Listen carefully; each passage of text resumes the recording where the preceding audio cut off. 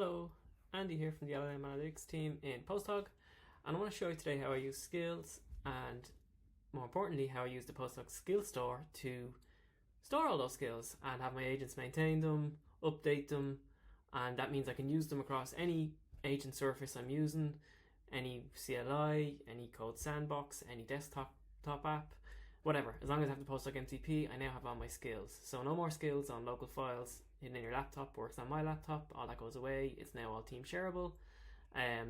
This is game changing. So I'm really using this. I was first skeptical on skills, but now I'm kind of coming around to them and I'm using them daily for a lot of tasks. So I'll show you what I mean. First, I'll have a look at an example. So we have we're all familiar with skills. This is the specification.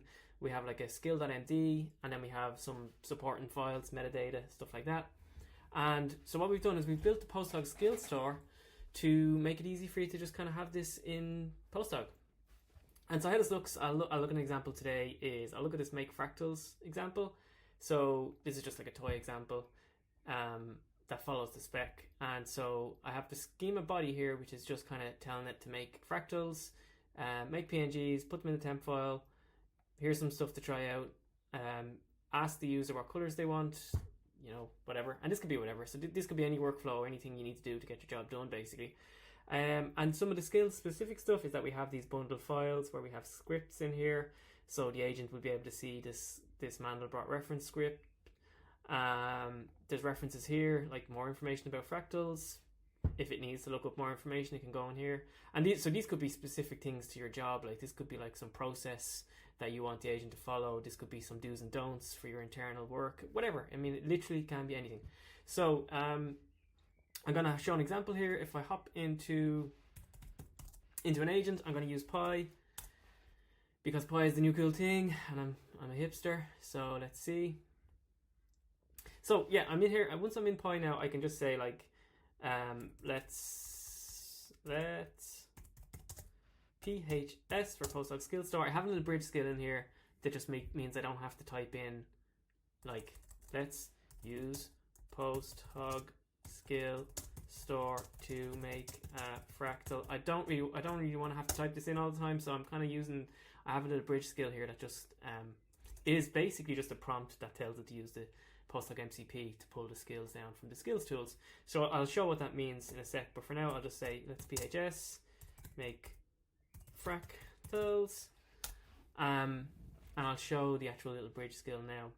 Oh, I spelt it wrong. So this is good because we'll see. This is the beauty of this. This is going to fail. It's going to faff around, but it's eventually going to find the correct skill. It might even, let's see if it even corrects it. So it's going to read this little bridge skill I have here, which is basically just saying use the PostHog skill store to tell it to. So when I use like the PHS command, it's going to just say use the skill get file. So this is it, just understanding the MCP tools that it has. You don't need this. You could say use the PostHog skill store, but you have to type more stuff.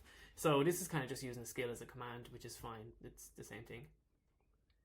So you can see here, it got wrong. I spelled it wrong. It went looking for MKE fractals. It might just do a search now. It'll probably typo. It noticed my typo. Okay, this might take longer, but we'll get there. So yeah, it found it basically.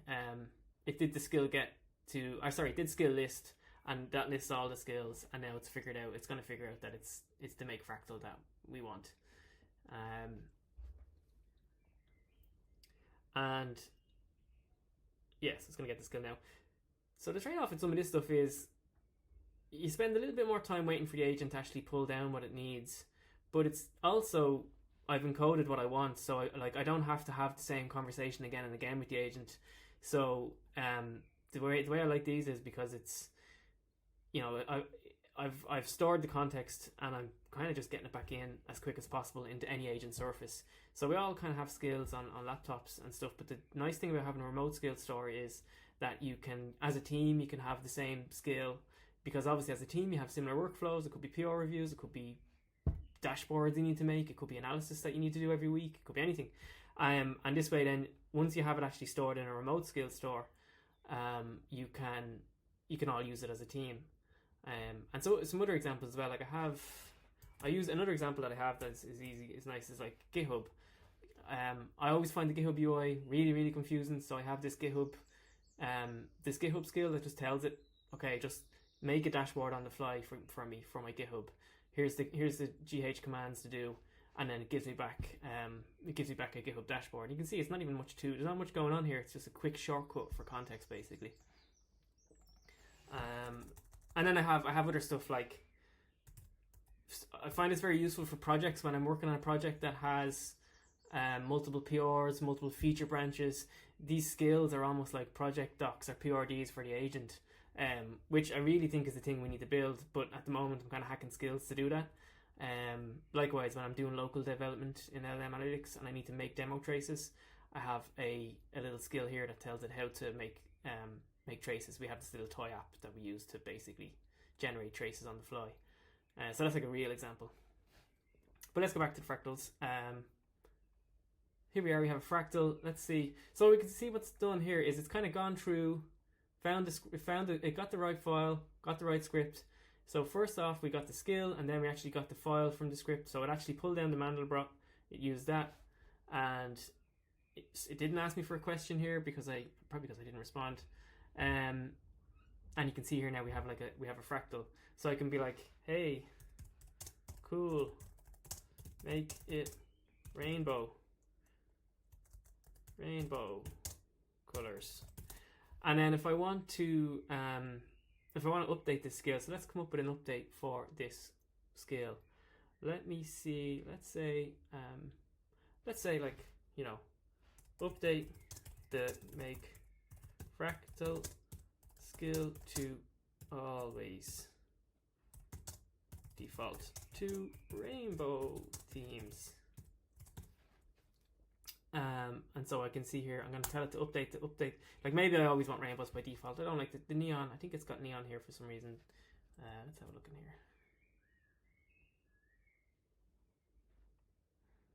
Oh, this doesn't open it. Oh, it does open it. So yeah, I kind of want.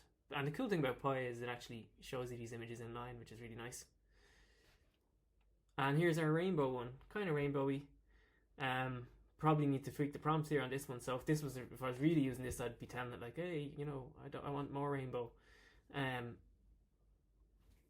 And so we can see here, I've told it to update the skill, and we can see here it's gonna update the skill now. First, it's kind of just sense checking the current state of the skill, and then it's gonna do an update command via the MCP. And the cool thing again is in the skill store we have all this under version control and tracking, so you can see like each change is a new version, and you can do comparisons. So what we'll actually do is we will see when it makes the update, we'll be able to see the diff of what it did basically.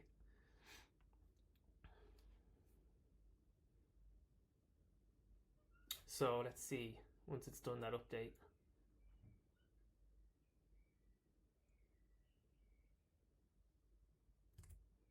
Let's go back in here and see. So do we have an update in here yet? Yes, version 3. So there's version 3. And we can see, here we say it's default to rainbow. So I can I can see the comparison here of the change that the agent made. So I can see how the skills kind of changing over time, which can be useful sometimes when you want to see sense check what the agent did. But I often use this, like the agent maintains these skills and I just use them to get work done basically. So you can see the change it made, so that's cool. And yeah, that's pretty much it. You can this means like once you have the MCP, you have everything you need. So you can use this on any agent, any desktop app, as long as you have the PostHog MCP. And then as teams, you can actually come in here and have hundreds of skills for everybody that you can all share and work on together. And one way that you can get this is through the AI plugin. So we have the official plugin for PostHog actually bundles these MCP skills and the MCP in one plugin, and then you can see like an example of one of the skills you get. So if you don't have that bridge skill, that PostHog bridge skill yourself, as long as you have the PostHog AI plugin, you will get this official skill store plugin. So that when this is in, once you have the AI plugin, you would say use the PostHog skill store. It should find this skill and know what you're talking about basically. Or even if you have just the MCP, it'll probably get it from the tool names alone, to be honest. But I find it can depend on the model, exactly how well it finds the tools. And this, if you use this official skill, it will do the bootstrap for you. So there's a section down here where it says quick access local bridge skill. So if you can ask it to do this, and it'll actually make that bridge skill for you. So it would have this little PHS local skill if you want, but you don't need it. So that's it. I really think there's a lot of sort of benefit in having these kind of chunky blocks of context that you can use across time, across sessions, across agent surfaces, across everything. As a team, you can do it's a lot of multiplayer you can do. So I find this kind of game changing over the last few months as I've been using skills more and more. And so yeah, try out the skill store. It's in beta access. You should just see it in LLM Analytics, and give us some feedback, please. Thank you.